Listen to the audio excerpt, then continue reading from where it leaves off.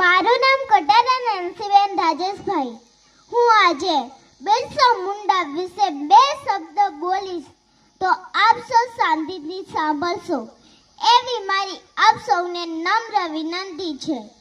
કાળાના ઘેરા ટીમીનમાં ઝગમગે એ જિંદગી, આસમાન તૂટી પડે પણ ના ડગે એ જિંદગી. શાંત આકાશ તો ઉડે પતંગો બેશુમાર, શાંત આકાશ તો ઉડે પતંગો બેશુમાર. શૂન્ય કિંતુ આંધીઓમાં પણ જગે એ જિંદગી.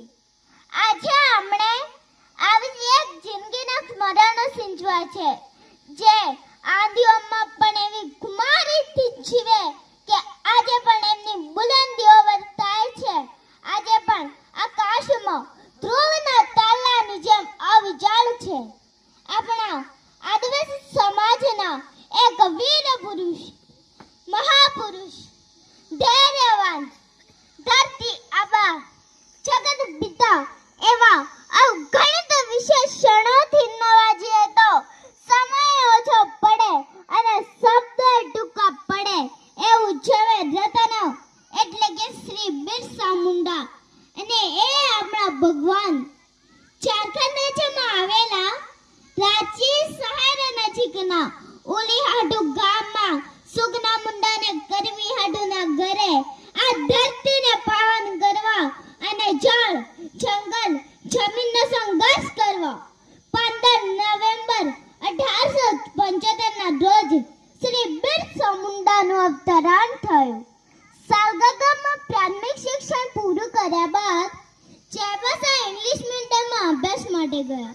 આપણા ભગવાન બાળપણથી જ હોશિયાર અને મહેનતુ હતા. કદાચ બાળ બિરસાના જ મનમાં વસી ગયું હશે કે આ માટીમાં જન્મ્યો છું, આ માટીમાં જીવીશ, માટી મારી માયા અને આ માટી મારી કાયા, આ માટીમાંથી મટી અને આ માટીમાં હું ભળીશ. 1894 ના વર્ષમાં નિષ્ફળ ચોમાસાને કારણે છોટા નાગપુરમાં ભયંકર દુકાળ અને રોગચાળો ફેલાયો. ભગવાન બિરસા મુંડાએ આપણા સમાજની પૂરું મન લગાવી સેવા કરી અને ત્યારબાદ 1 ઓક્ટોબર 1894 ના દિવસે રહસ્યમય તીર, કંઠા અને ભાલા સાથે મુંડાને એકત્ર કરી અને અંગ્રેજો સામે લગામ માફ કરવા આંદોલન કર્યું.